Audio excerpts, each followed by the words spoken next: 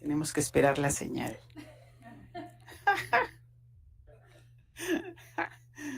¿Ya? Vale. ¿Qué tal? Buenas tardes ya. Bienvenidos al doctorado en Medio Ambiente y Desarrollo.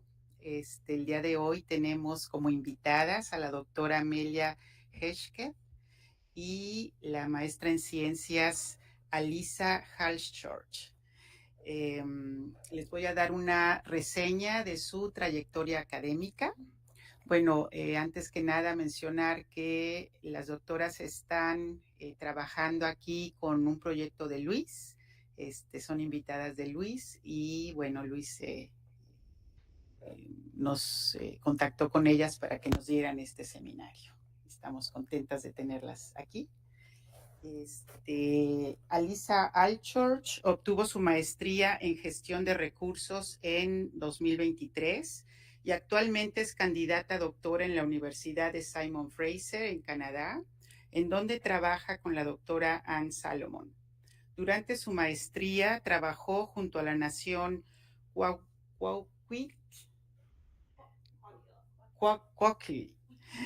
para comprender mejor cómo la recolección comercial de Kelp estaba afectando a los bosques en el territorio Kwakwaka'wakw. Anteriormente, trabajó en una organización sin fines de lucro enfocada en aumentar la capacidad y las habilidades de gestores marinos a nivel global para impulsar acciones de conservación y manejo en sus comunidades. Su doctorado explora cómo las interacciones ecológicas, las prácticas de manejo tradicionales y experimentales, así como las políticas adaptadas al clima, pueden en conjunto fortalecer la resiliencia de los bosques de Kelp frente al cambio climático. La investigación que realiza es colaborativa y está basada en la comunidad, que valora diversas formas de conocimiento y respeta la gobernanza indígena. La doctora Amelia Hesketh es una académica y descendiente de colonos canadienses de quinta generación con base en la provincia de Columbia Británica, en Canadá. Actualmente trabaja con la doctora Anne Salomon y el grupo colaborativo Ocean Relations en la Universidad de Simon Fraser, en donde es investigadora postdoctoral. Completó su doctorado en zoología en 2022 con el doctor Christopher Harley en la Universidad de Columbia Británica. Su trabajo de doctorado se centró en comprender las respuestas de especies fundamentales del intermareal ante el estrés térmico. A través de su investigación actual, la doctora Amelia busca entender los cambios pasados, presentes y futuros en los sistemas socioecológicos del Kelp, utilizando ecología histórica, datos de monitoreo a largo plazo y pensamiento sistémico. Thank you very much for being here and talking to us about your work. Thank you. You need to use the microphone.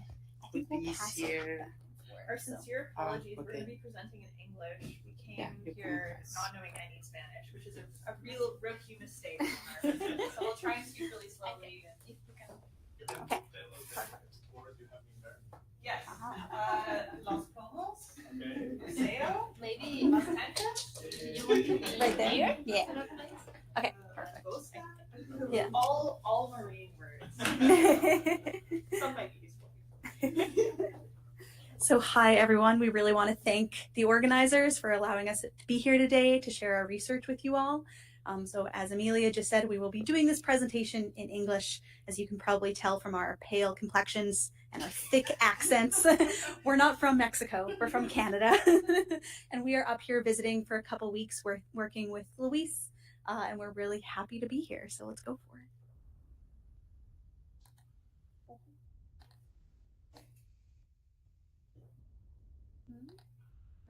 I think just space.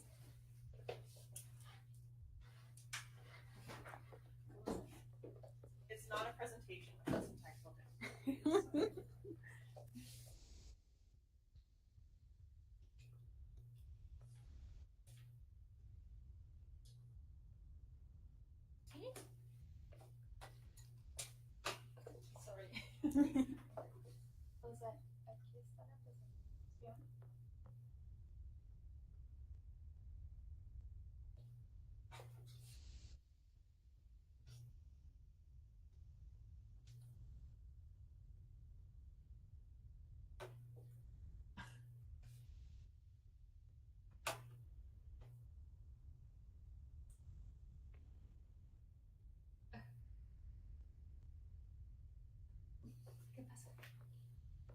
Sí, es que el otro era el Meet, no puedes avanzar presentación.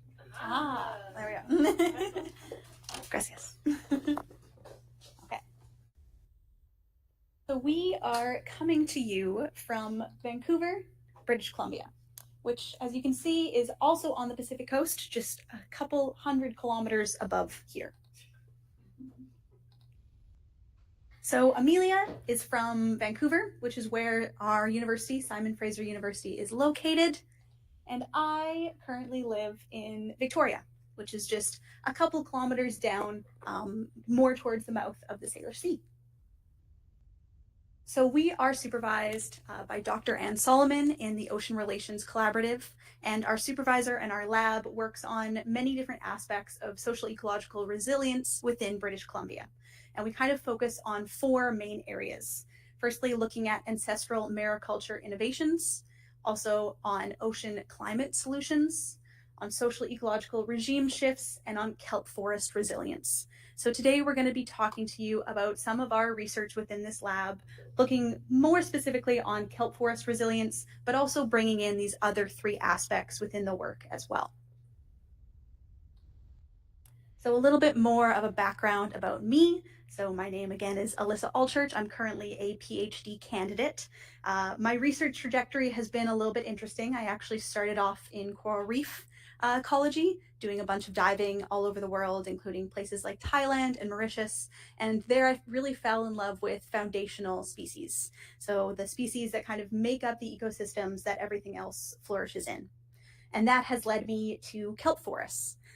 Coming back to Canada after a couple years abroad and getting to dive in the kelp forest in British Columbia just really ignited a love for kelp for me. And from there, I decided to stay for a while and do my master's degree, which I'm going to be talking about today for that research specifically.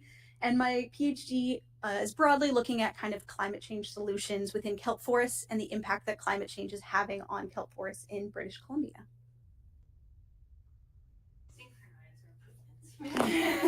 Second. All right, probably makes sense for us to both be on the same side. Okay, I'm Amelia Hesketh, and my research trajectory has taken me from, this is me counting barnacles, which was a lot of my PhD work, and I'm happy to have retired from counting barnacles, at least temporarily, and now you can find me doing work on kelp. Here's a nice giant kelp that we collected from Haida Gwaii, which is a region to the north of British Columbia.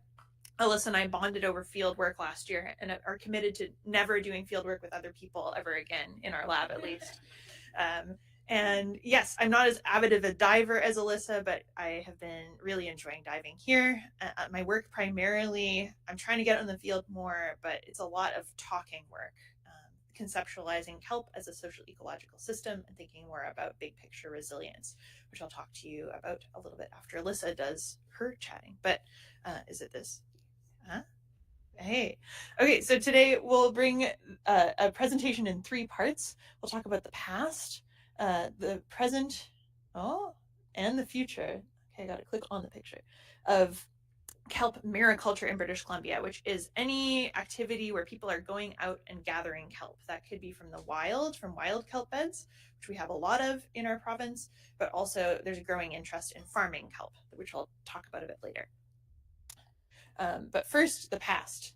So we've been talking about the word kelp a lot, and I'm not entirely familiar with everyone's backgrounds in this room. So just to go really into the review here for people who know a lot about kelp, but maybe learning something new for people who don't, you can see kelp here. It's extremely diverse. It's a group of organisms that look like plants but aren't plants. They're also all over Alyssa's dress, so you can look over there for more visual references. And these are kelps that grow within British Columbia specifically. So we have a lot of kelp diversity. All of these plants have they look different, but they have some things in common. They have these root-like structures called the holdfast, where they attach onto rocks on the bottom of the ocean, and they have these lovely long stipes or stalks, and then these fronds or leaves that extend into the water column. They do photosynthesis, much like land plants. They just happen to occupy space within the terrestrial sphere. And I can't remember if there's any relevant traits. Probably I should talk about how they grow, because Alyssa's going to touch on a lot more aspects of the kelp anatomy in her talk, but all of them, they reproduce through spores, so it's important to keep that in mind. They're reproducing. Alyssa's going to talk about giant kelp, which is this one over on this left side, which you have really lovely giant kelp here in Baja California. It's been so nice to dive in them in warm water too, for us Canadians. And giant kelp, it grows in two different spots actually. It grows kind of at this growing tip up here where it produces new blades or leaves, and it also grows down here where it does its reproduction, producing those spores. And Alyssa can touch more on what those look like as we go. But kelps, oh yeah, oh, we've got pictures. Okay, so kelps, we have individual plants in giant kelps, and each plant has multiple fronds or stems. Oh, do we need anything? Good, okay. And here's that growing tip that I was talking about. It's also called the scimitar, which is kind of a fun word that we won't use a ton. I just wanted to mention it. And then these spores, you can see these dark patches here at these leaves, specialized leaves on the bottom where it's doing its reproduction. And kelps, when they are, especially canopy kelps, when they're really in dense collections, form what we call kelp forests, which are these really unique habitats that provide structure and food for a lot of different organisms. So you can see here some beautiful red urchins on the bottom that are receiving all of the drift kelp and all the detritus from these kelp forests and allowing them to live and thrive. And you also have fish communities that can hide from predators and the cracks and crevices and different little nooks and crannies created by these kelps. Ultimately, it's creating a really diverse and wonderful system. Now, in British Columbia, we have a lot of indigenous nations that have lived along our coastline for tens of thousands of years, and they have a long history of harvesting kelp and using it for various things. That could be medicines.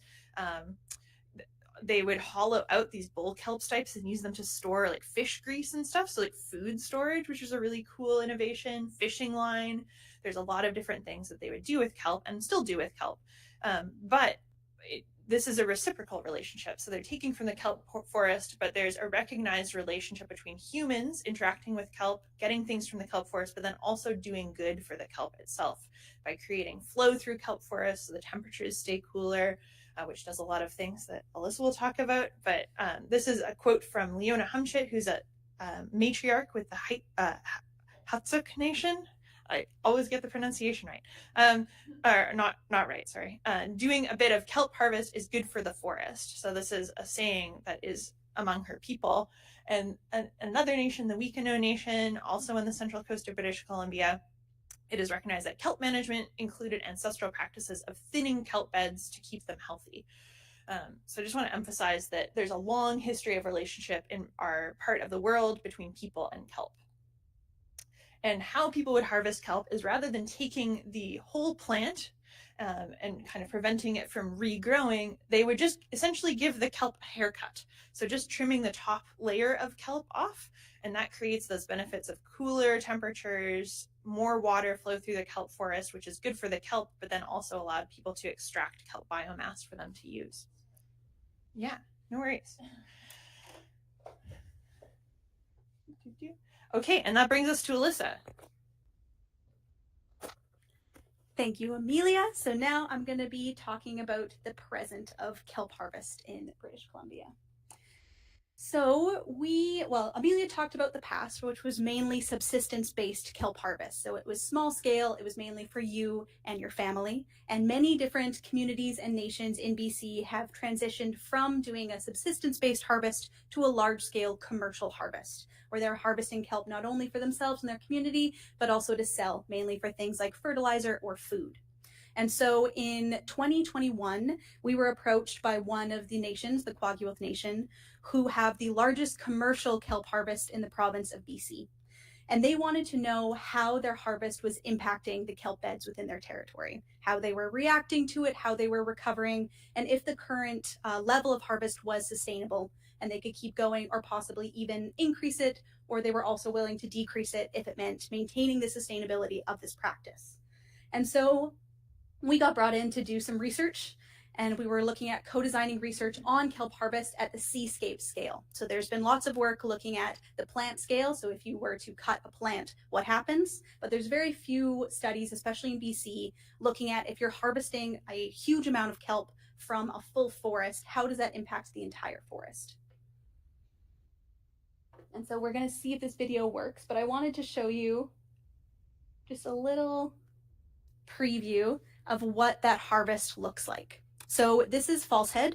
This is one of many kelp forests, giant kelp forests within Kwaggle territory. And this kelp bed, along with all the other kelp beds in the territory, have been harvested for millennia. However, this large scale commercial harvest has been going on here for about 25 years. So within that harvest, you can see this is our research boat, and there are the 2 other boats that are actively harvesting the giant kelp. How they do this is they motor up to the edge of the bed, and then they lift up their motors and let the wind push them through the bed. They grab gaff hooks and then pull that bundle of kelp taut to the bottom and cut it off, or as Amelia described, give the kelp a haircut. And then they pull in that bundle and put it onto these white totes. And they do this until all those white totes are full. It harvests about 16,000 pounds of kelp per bed per day. And they do this from April until October, so about 6 months of harvesting every year. And then after this kelp is harvested, it is brought back to Port Hardy, which is a local city, where it's then ground up and shipped off as fertilizer.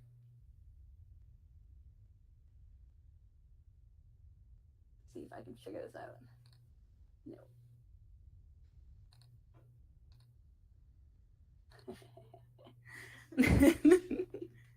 Aha, okay. So a little timeline of this research, and also just a little infographic of where the Kwaggle Nation actually is. So before, I was showing you the area of Vancouver and Victoria, which are kind of at the edge of this island. The Kwaggle Nation is on the northern tip of the island, and it's a place with really large, extensive, and very dense kelp beds, some of the densest kelp beds in all of the province. And so the discussions began in the summer of 2021, where we were already up in Kwaggle territory and were having working together on a different project when we got approached to do this large-scale kelp harvest experiment. We had a bunch of big calls in the fall of 2021 to try to decide on the questions for the harvest based on priorities of the nation. Then in the spring of 2022, we presented to the Kwaggle Band Council and the management team to explain what we were planning to do and to get their consent and approval. And once that was given, we started fieldwork in the summer of 2022. So we came up with 2 main questions. Our first one was looking at how does kelp harvest affect frond density at the forest and plant scale throughout the growing season? And our second one was how do local abiotic conditions and harvest alter frond density and potential reproductive output? So we zoned in on 3 main abiotic conditions, these being temperature, light, and water flow. These were things that we thought would both be impacted by kelp harvest. So if you're decreasing the density of kelp in a bed, you could possibly decrease the temperature by increasing water flow and then having more light for the bottom kelps.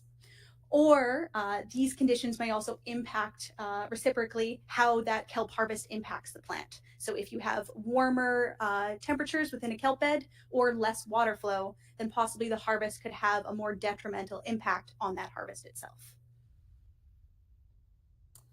So how we did this is we chose 3 kelp beds based on where the nation was already planning to harvest that year, and beds that were accessible easily and that they already return to multiple times a year.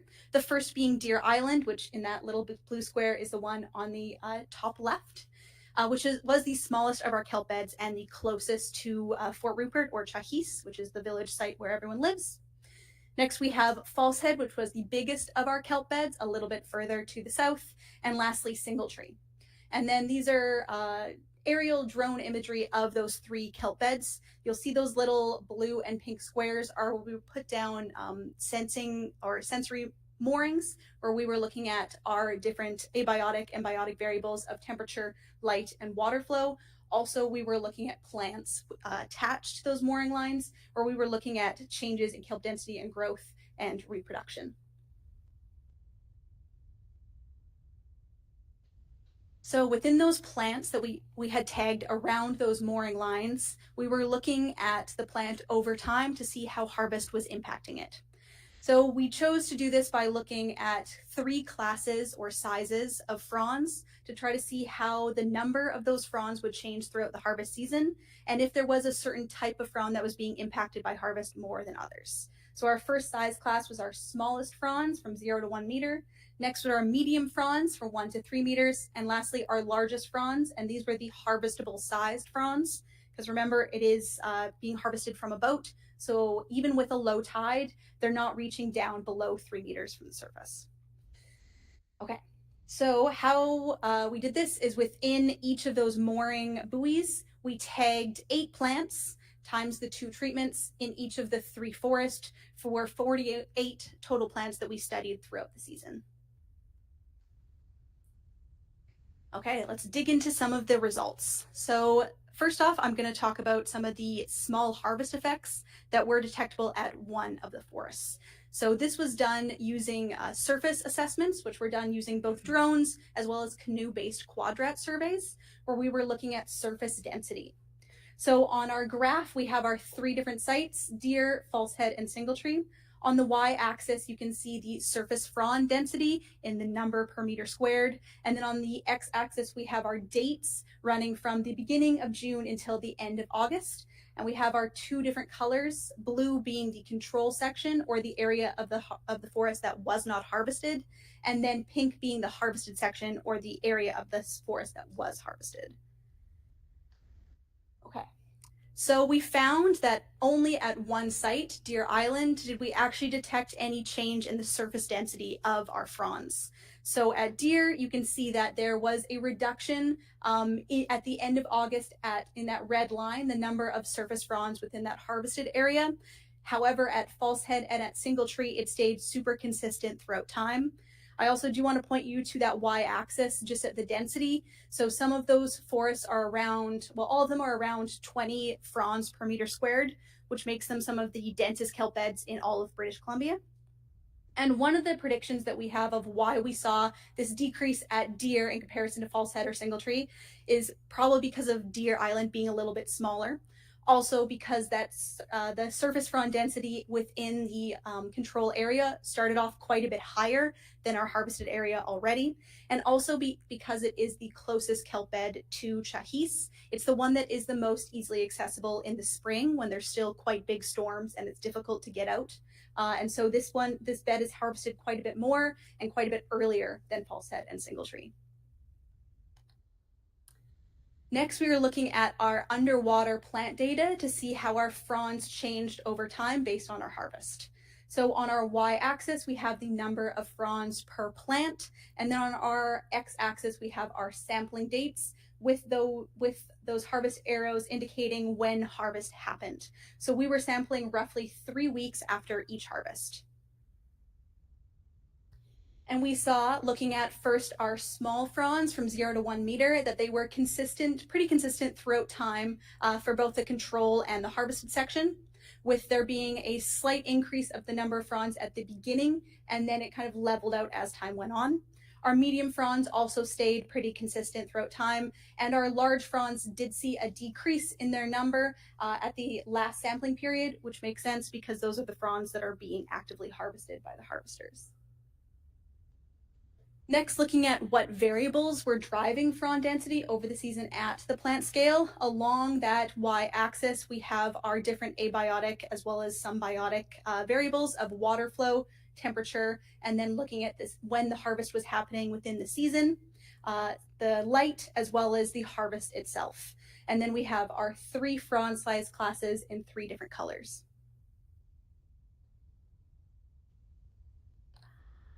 There we go.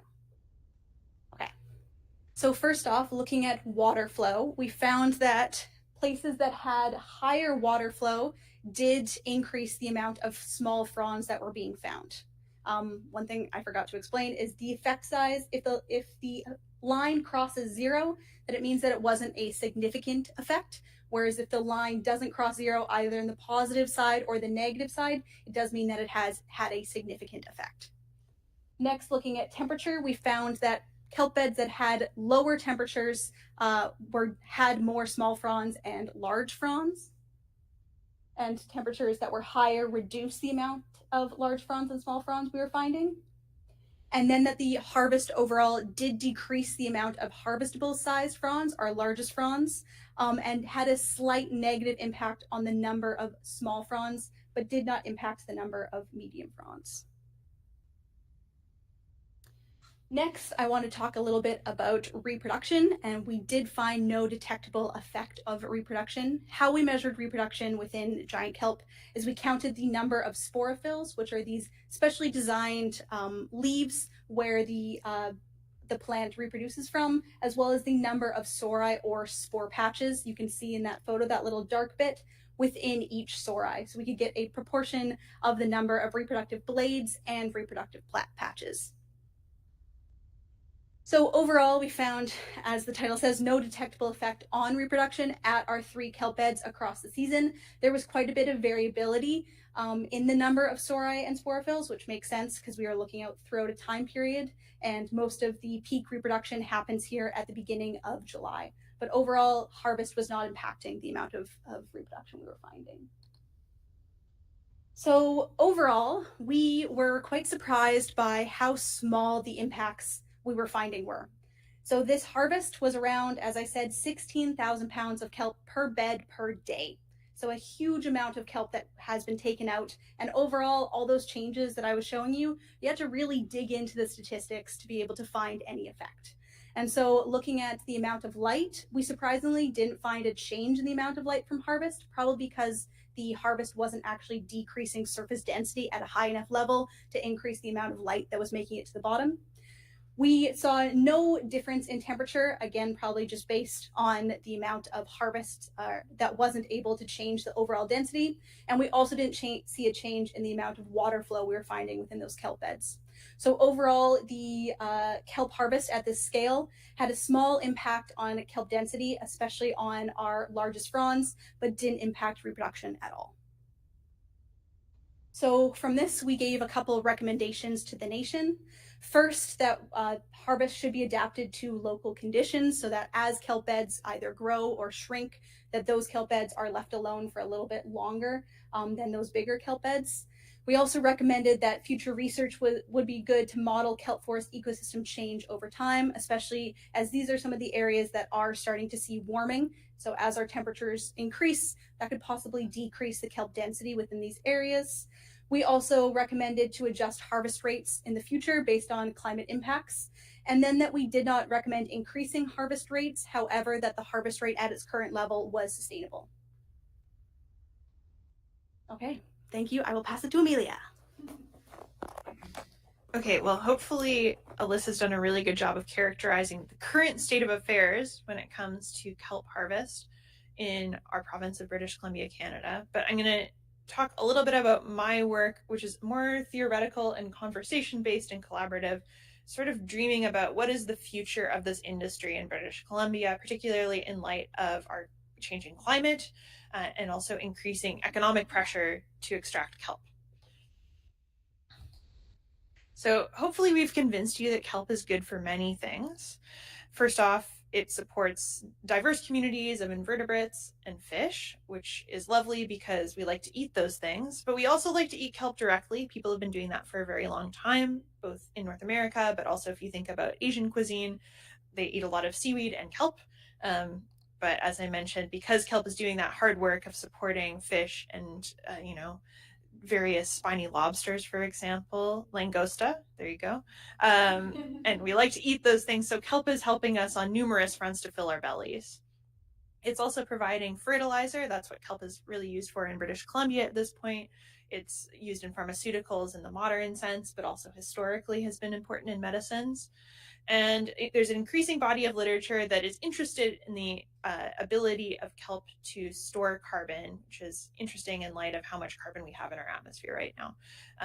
You can interrogate me about what I think about those claims after. I'm a little suspect, but it does capture carbon. We just don't know if it's long-term or not, but I'll stop talking about that. It's a rant for another time. But what is kelp's future? So we do have this growing economic pressure in British Columbia and elsewhere. There's a lot of hope around the kelp industry and its ability to fill many different needs. We have this growing laundry list of things that we want from kelp. And so we need more biomass of kelp. But we also have warming seas, among other different climate stressors, that are really physiologically impacting where kelp can live and how much it thrives. I know that's definitely been felt here in Baja California with marine heat waves, but BC, the other BC in British Columbia, has also been experiencing warming temperatures and regional extinctions of kelp and these sorts of things. So we're really concerned about it too. And interestingly, those rising temperatures and climate change itself is driving a lot of global policies around industry. So we're trying to look for industries that are pretty climate friendly. And kelp farming is one of those things. It's low emissions relative to a lot of other aquaculture industries. So we have this increasing temperature, which is impacting kelp, but then also simultaneously creating more pressure to grow and use kelp. So there's kind of this vicious cycle that's happening.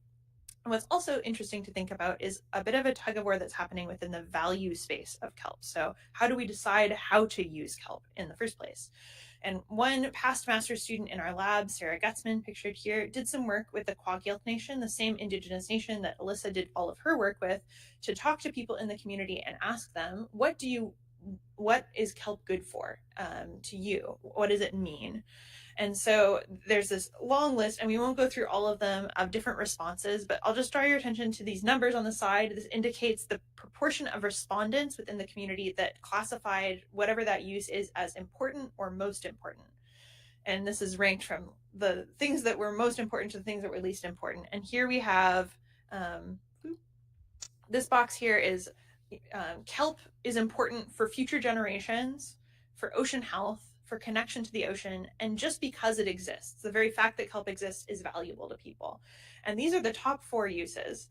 And if we think about kelp industries and extracting kelp to make money and employ people, the Kwagilk Nation ranks income as a really unimportant reason to have kelp around in their territory, with only 78% of people identifying it as important or very important, and some people describing it as the least important thing. And so what this creates is this tension between traditional uses of kelp and kelp for existence and people, and kelp for money and employment, which is how, within sort of a modern neoliberal paradigm, we tend to view natural resources.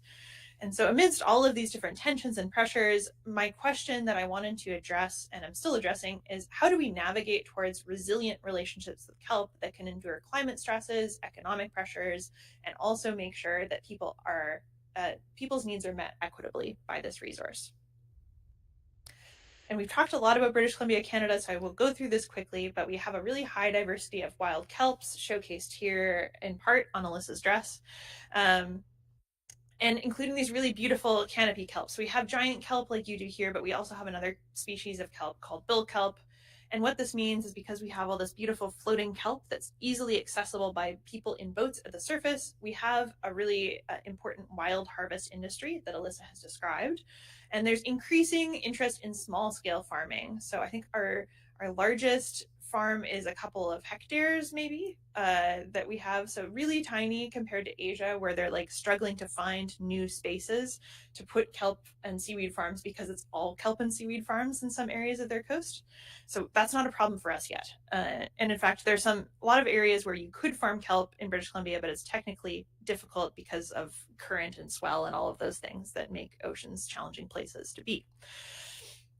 We have highly regionally variable impacts of climate change. So some areas of our coast that are more protected are warming really rapidly, and kelp, we're seeing major losses of kelp in those spots. But in some areas where waters are cooler and there's more water movement, things that kelp likes, we're actually seeing increases of kelp in some cases. And Alyssa's talked about the insane densities of kelp that we have in some spots in BC. So it's not struggling some places, but really struggling in other places. And we also have these local indigenous nations that have really strong governance principles, and they've been managing their kelp resources for millennia and are continuing to do that. In addition to having our local indigenous nations, we also have broad scale governance provided by the province of British Columbia. Our national government is somehow involved, presumably, but they don't really seem to care about kelp at this particular point in time. So to be determined how they get involved in this, but just setting up that there's different levels of governance happening. And that led me to assemble this super team of people to talk more about and dream more about the future of kelp in our province. Alyssa is part of it, and along with another graduate student in our lab and our supervisor, Anne, providing the ecological support. We have governance experts, Leona Humchit, who sadly has passed away since starting this collaborative, but I want to make sure I honor her and her ideas. They're really foundational to the rest of what I'll be talking about today. And also someone from our provincial government, Kylie. We have people who are experts in the blue economy, thinking more about ecological economics and management and all of these things that I am starting to learn about, but am by no means an expert. And then people with actual practical experience, which I totally lack, who actually farm kelp and are trying to create businesses around kelp in British Columbia.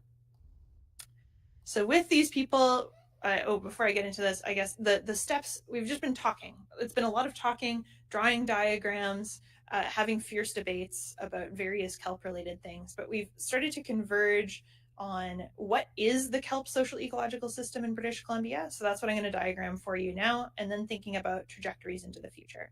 So first, setting up the system, which I think you'll understand at this point because you've seen Alyssa's presentation. So we have different mariculture contexts within BC. So again, mariculture is everything from wild harvest at really small scales all the way up to industrial farming, which we don't have in British Columbia yet, but there is interest in doing that. We also have different spatial scales at which variables are operating, everything from really local scale things like that are physiologically affecting kelps all the way up to really big global drivers. So these are the axes that we'll be dealing with here in this diagram. And so this is just an artistic rendering of what things look like. We have those wild kelp beds that are being harvested. We have farmed kelps that are being maintained by farmers. And then we have different governance institutions, things that are more local and regional, like Indigenous governments, all the way up to our provincial and national government institutions. There are coastal communities, Indigenous communities, and non-Indigenous communities that are involved in mariculture activities, harvesting kelp and being close to kelp. We have corporations that are interested in extracting kelp and turning it into products and then exporting those to other communities that are sort of distant from the coast. And we have market forces that are driving what corporations are producing, fueled by demand. We also have these global level institutions, mostly the United Nations, which is creating sustainable development goals that are governing or that are informing our governance and how we're using kelp, and initiatives like the Ocean Decade that are a result of that. And we have constraints on the system as well, represented by these sort of this box around it. So we have things like the United Nations Declaration on the Rights of Indigenous People that informs how we interact with Indigenous communities and how we honor and uphold their principles, as well as the global climate, which is setting the temperature for kelps in the water and really limiting a lot of these different interactions. So I'm not going to get into all of the interactions. This is the current mess of arrows that we have drawn. It's grown even more since I first drafted this presentation, actually. So we're still hashing it out. But all of these variables are interacting across different scales. And the things that I'll draw your attention to is this question mark between wild kelp and farmed kelp. So we don't, at this point, because farming kelp is relatively new, at least in our context of British Columbia, we don't know a lot about the ecological effects of farming kelp. There's limited evidence to suggest that there could be genetic cross-contamination, similar to salmon farming. If you've seen any headlines about that in BC, it's been a very contentious issue with sort of genetic pollution between farmed populations and wild populations. And so there's a question mark around if that's happening in the kelp world. There's also a risk of, if you're farming kelp, it can impact adjacent marine ecosystems and cause some sort of detrimental effects.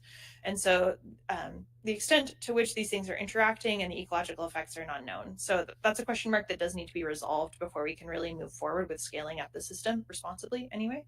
And I'll also draw your attention to governance, which is this amazing black box of various institutions, and it modulates between these really big global scale things like sustainable development goals and then on the ground practical activities like kelp harvest.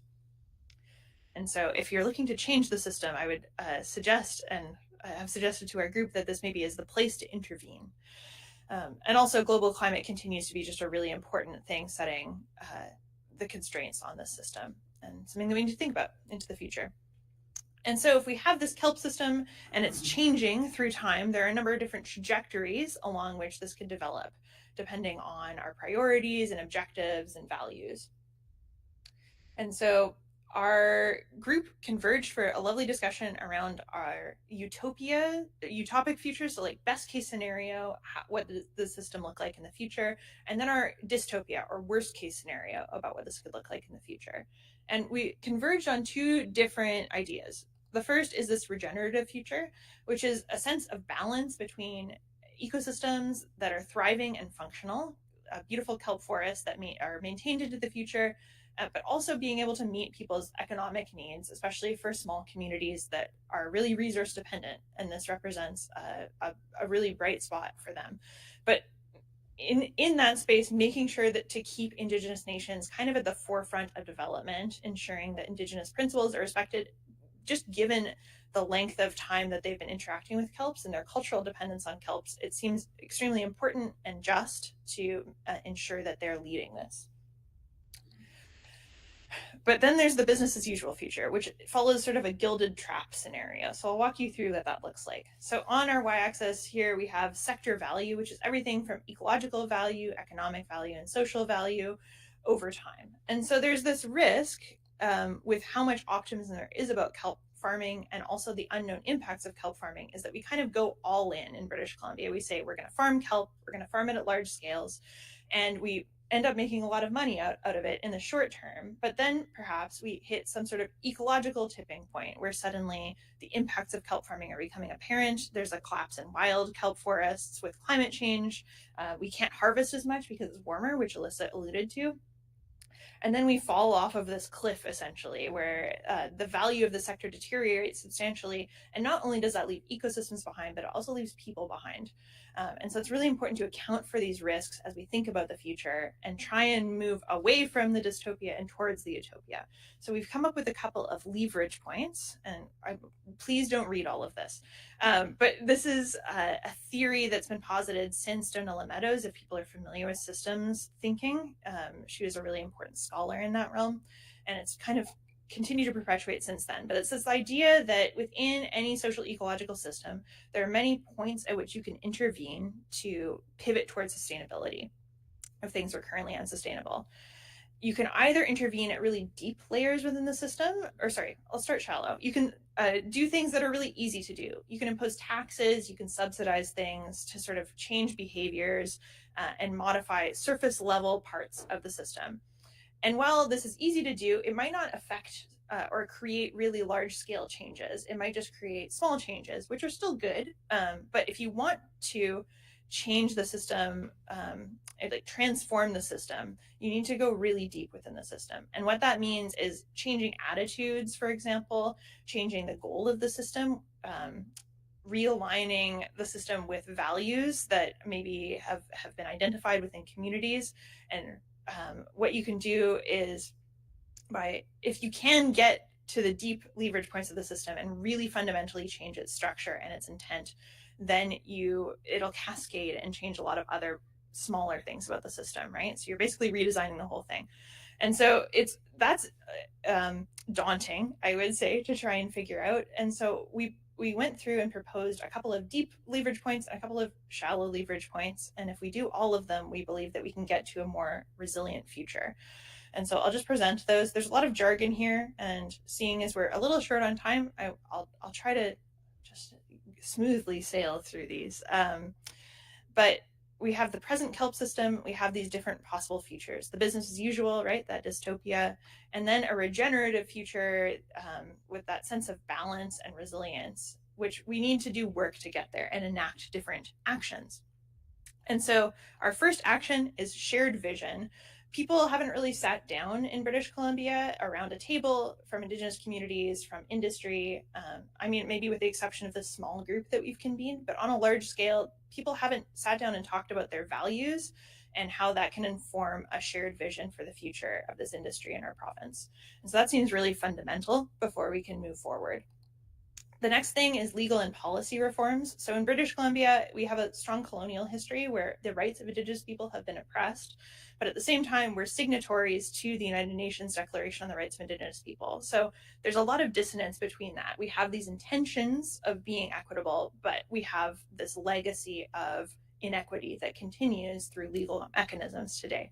And so we need to go and open up these outdated laws and allow for decision making to be joint between colonial governments and Indigenous governments. And this is a long and lengthy process, and it's not just about kelp. It's a much bigger problem than just that. But we would suggest that that's part of reforming this particular social ecological system. We would advocate also for polycentric governance. So this is essentially a model of governance where local communities are empowered to take care of their resources more, and we have this strong Indigenous governance already present, but just providing them with the resources and empowerment, essentially, to be able to make decisions about their territories in concert with the provincial and federal governments providing support, but essentially leveraging the strengths of everyone and working together towards that shared vision. The next layer is adaptive management, which would, especially in light of climate change, seems important. So that's things like Alyssa was talking about, where if the water's warmer, maybe you harvest less kelp. And so allowing a feedback between what the environment is doing and what the industry is doing. And that's made possible by having Indigenous empowerment, because there's a much shorter time scale between people in their community going out, seeing what the kelp is doing, and making a decision about how to manage that kelp if they have the power to do that. Whereas in our current model, it's like people see a problem and then they have to take it to the provincial government, and that just takes time. I don't know. I get the sense in Mexico that the government takes time sometimes as well. So hopefully you can sympathize. And then finally, the super easy piece, right? The resources, the money, the capacity building to make it all happen, which is obviously a huge piece as well that we're concerned about. And so with that, maybe I'll leave it by just saying that obviously this is a model that we've developed for British Columbia, and it's going to look a lot different in Baja California, but also that we've just been appreciating your beautiful kelps here, and we hope that you that there are mechanisms to continue to have resilient kelp ecosystems here too, but that'll look different. And with that, I'll say thank you so much on behalf of the two of us. Here are our emails. We have some time for questions, but we recognize that English isn't everyone's first language here, and it might be scary to ask questions. So if you want to email us, you can reach us here in written form, and we'd be happy to respond that way as well. And we like to thank our lab family at the Ocean Relations Collaborative at Simon Fraser University and various sources of funding that were able to make this happen. So thank you very much for listening.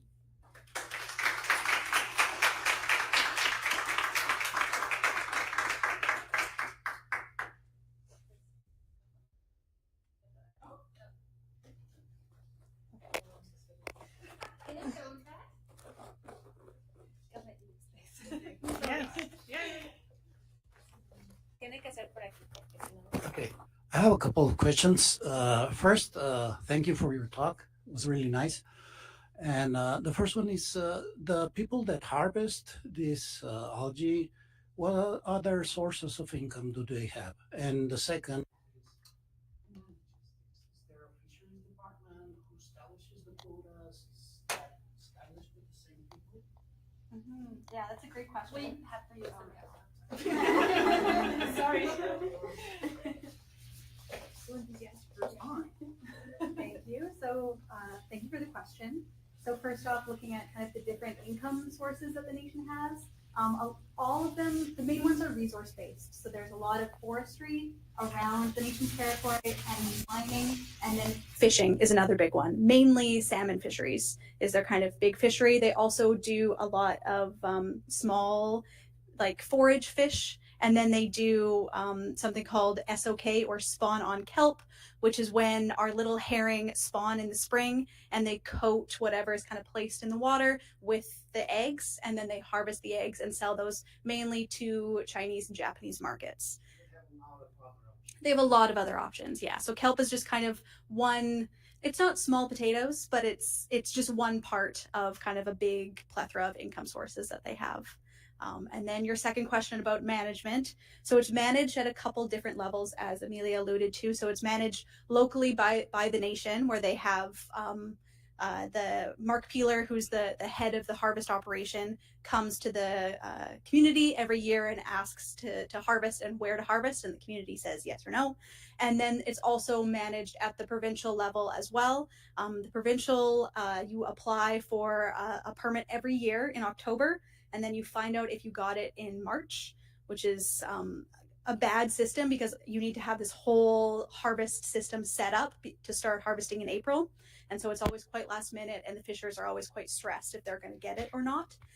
And then the province also mandates a 20% harvest limit. So we estimated, based on the biomass, and I didn't share this, that they're harvesting around 3 to 4% of their total kelp that is present within each kelp bed.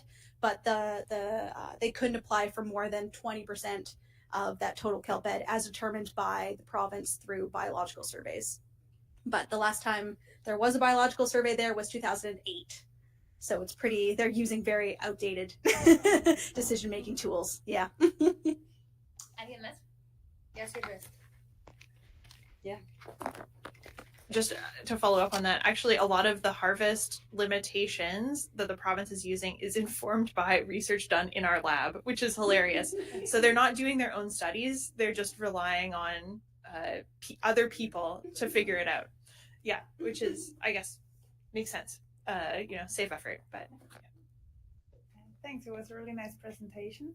In your opinion, would you rather suggest kelp aquaculture, or would you rather prefer to preserve the life or the wild stocks you have and reduce the risk to negative impacts?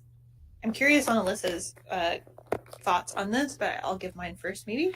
I think that, if we want more kelp biomass, we can't just keep taking it out of wild kelp beds, sustainably anyway, especially with the changing climate. There's a lot of question marks around it, if that's ethical going forward and what the impacts are going to be.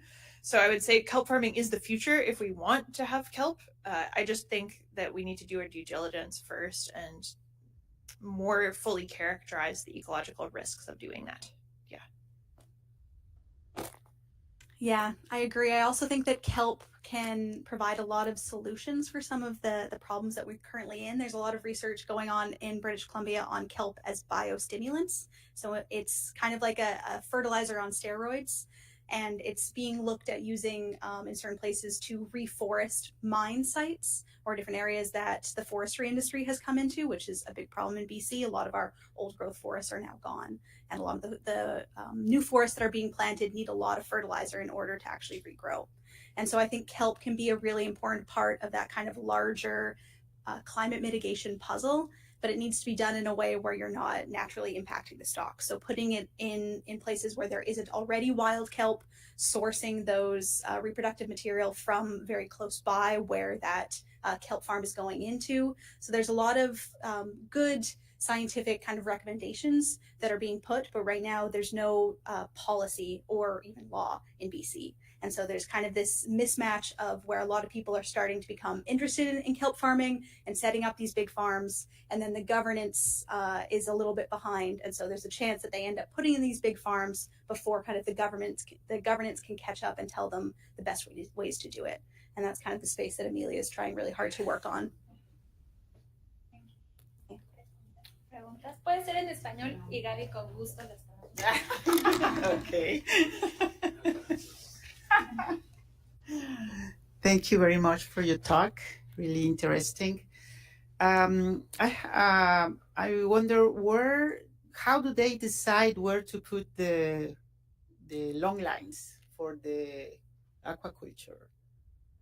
Is nearby another forest, or somebody tells them where to put it, or how do they decide that?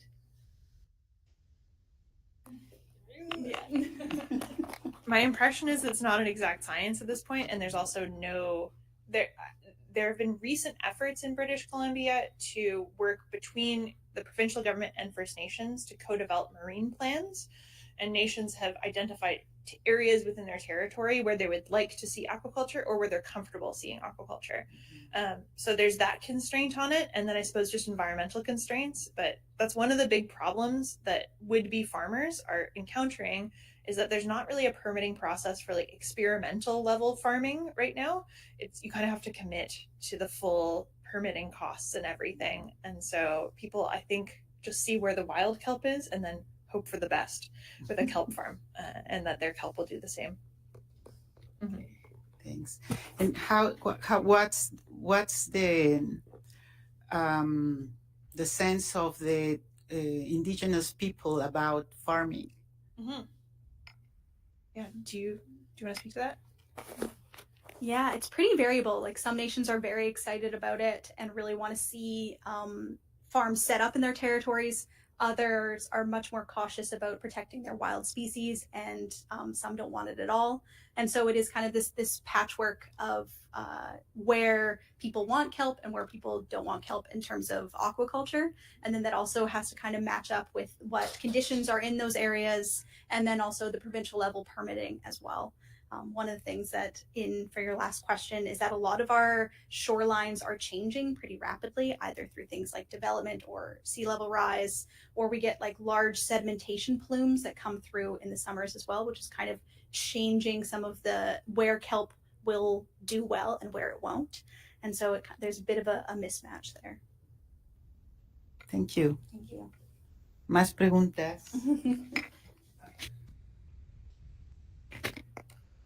I have a last question, and maybe that will bring us to an interesting discussion, comparing Baja with your region there.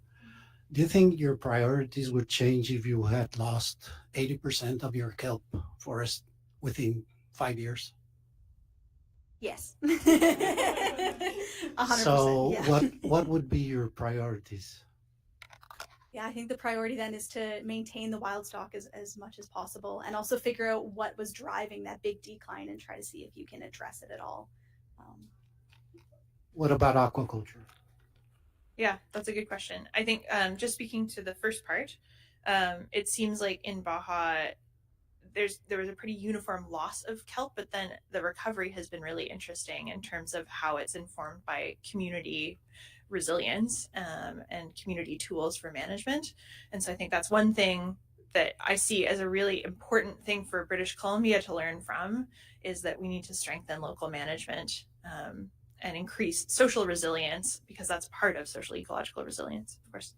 And aquaculture, I think that's one of the risks that I see, right? Where it's there's a lot of sunk costs initially for getting into the algae aquaculture business in terms of just infrastructure. And so I see the risk for communities and people for purchasing all the supplies, and then what if there's a marine heat wave and it takes out all of their kelp and suddenly their livelihood is completely disrupted. So I think that's the main risk to aquaculture, of course. And I mean, there's some species that do fairly well, like Saccharina latissima or sugar kelp is pretty resilient. So I think people can hedge their bets in that way a little bit, but it's definitely one of those cases of implementing aquaculture in diverse spots around the province. It's a really big coastline. So there, of course, if there's a heat wave, there are going to be some spots that are a little more resistant or a little cooler than other spots. So I think, yeah, it's diversifying the location in which operations are happening, the species that are being farmed, and bet hedging effectively. Mm-hmm. So the socioeconomic impact on the people wouldn't be so hard if they just lose their kelp, right? Yes, I think it's, I mean, of course it would be devastating to lose kelp, and especially wild kelps, I think, for a lot of Indigenous nations. But I think there's a general desire to diversify their portfolios. A lot of these communities have been really reliant on one or a couple of industries. And so aquaculture, kelp aquaculture represents a new source of income potentially that can help them open up their options a little bit more. Yeah. Do you have any other comments? I think one of the things that also helps maintain kelp aquaculture in comparison to wild harvest is that aquaculture happens over the winter when it's quite a bit cooler. So they seed the lines and put them out in like November, and then they harvest them in April. And so it ends up being a different harvest schedule than when the wild harvest is. And because those waters are a little bit cooler in the winter as well, it's allowed the aquaculture to do a little bit better sometimes in the wild beds, which is an interesting paradigm.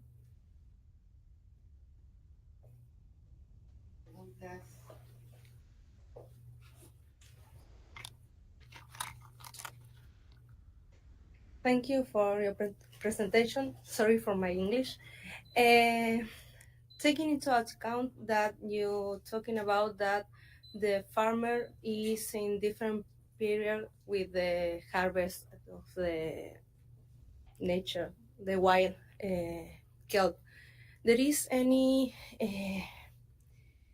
interaction with the fauna and that make a difference of the interaction of the fauna with the farmer kelp and the wild kelp that you can see? So someone who changed something?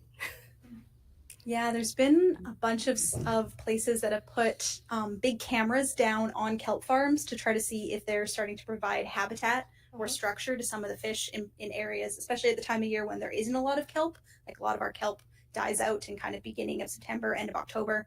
And then there's no kelp other than the understory in the winter, and then everything regrows in the spring. And so it might provide like a different type of habitat.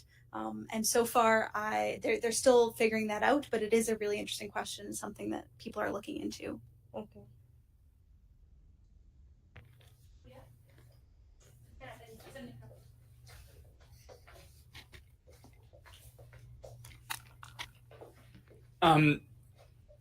I mean, at least in the US and in California, there's been like proposals to do like industrial, massive, open water aquaculture of macrocystis.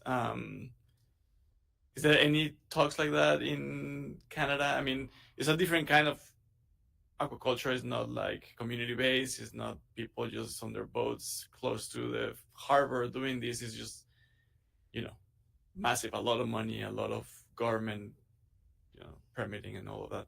So that's a question, like, does that, any talks of that in Canada? And the other one is, you mentioned a little bit about the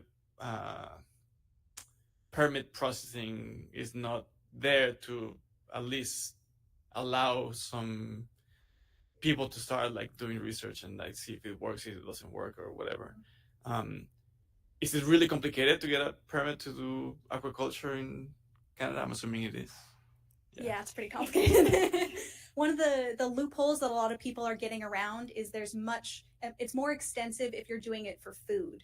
So if you're just harvesting for fertilizers or for something that people aren't going to eat, it's a little bit easier, but it's still like a multi-year process. So it's a lot of, you put in some money, you put in your application, and then you wait because it has to go through the provincial government. It has to go through Transport Canada, which is a federal agency. And then if it has any conflict with the DFO, they also have to, the Department of Fisheries and Oceans, which is another federal agency, they have to check it over and make sure that there's not any issues in terms of like other salmon fisheries or other fisheries in the area.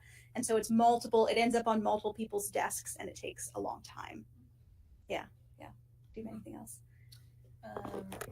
I can speak to the first question maybe about large scale kelp farming. So yes, I'm familiar with some of the dialogue in California about how they're going to farm macrocystis for jet fuel or various strange things.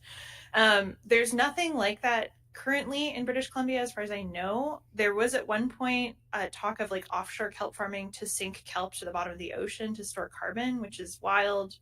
And I think people have stopped talking about that now, which is great. I suspect if we started to develop more offshore infrastructure, like wind farms and those sorts of things, that maybe kelp farming would be part of the discussion there as like an alternative or like an additional space use. But we're not, our waters are a little too rough currently anyway. People haven't figured out how to do that, and there's also no wind farms. So maybe at some point in the future, but not right now. But maybe Alyssa has another answer.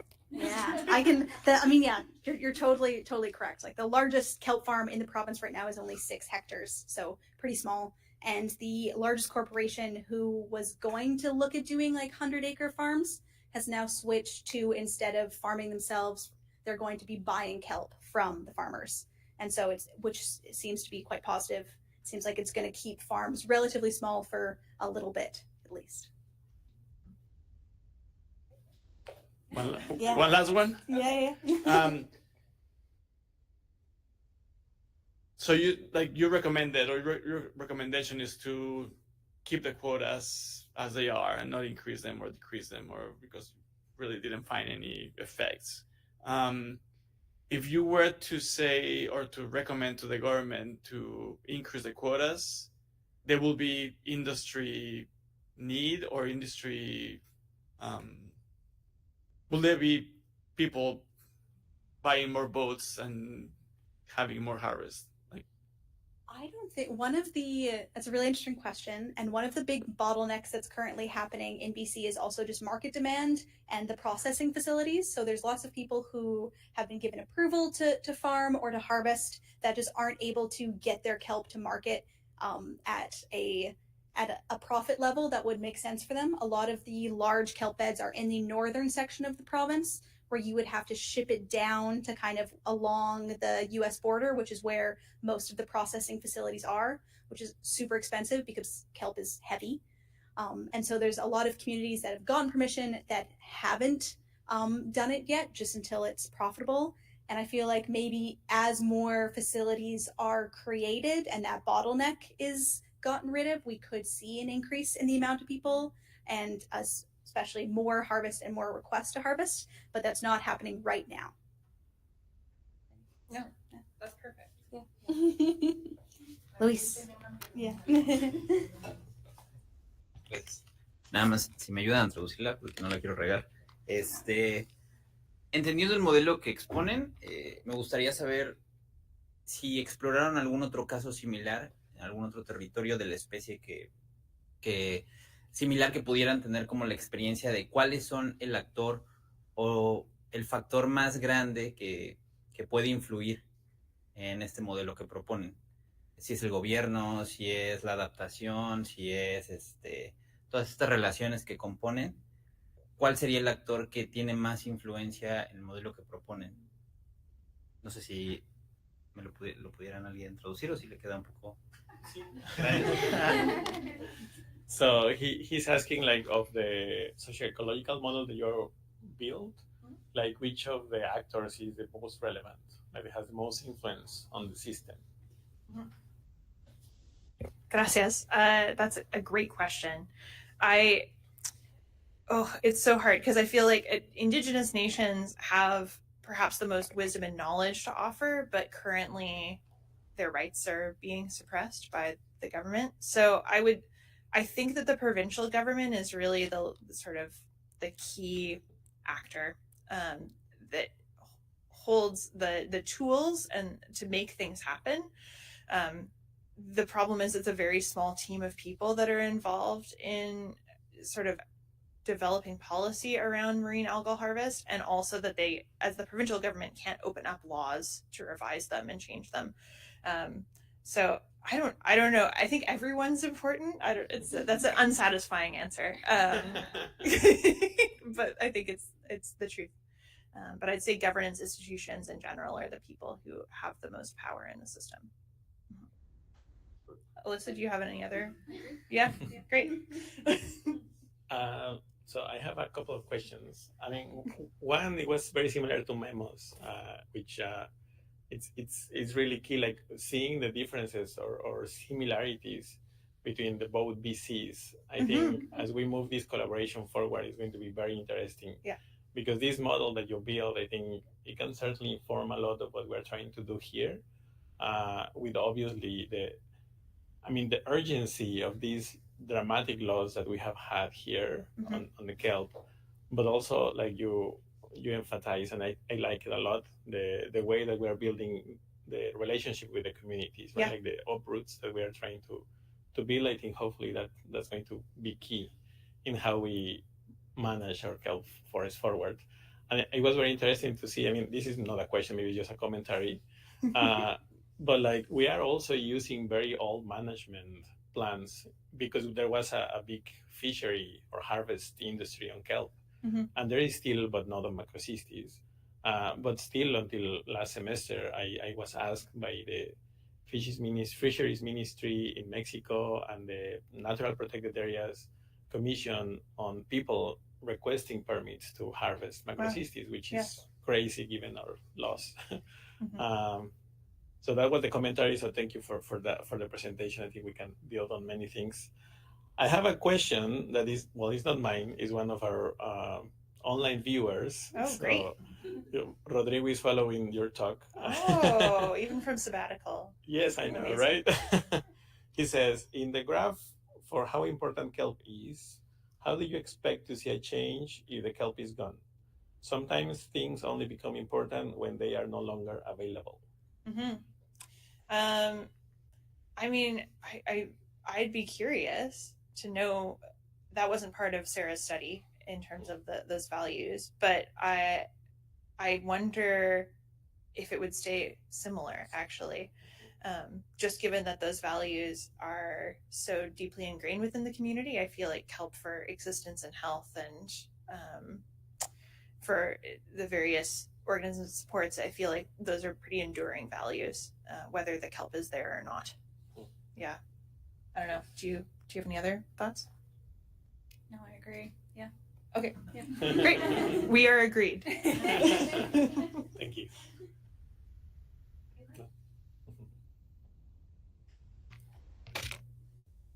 Thank you Well, for your question. Thanks so much for your talk, and hope to see you around. Yeah, we're here for Thank another you. week. So if anyone wants to ask us more questions, you can find us probably in an office or on a boat. I don't know. It might be hard to track us down, but email us. Yeah. Thank you. Very much.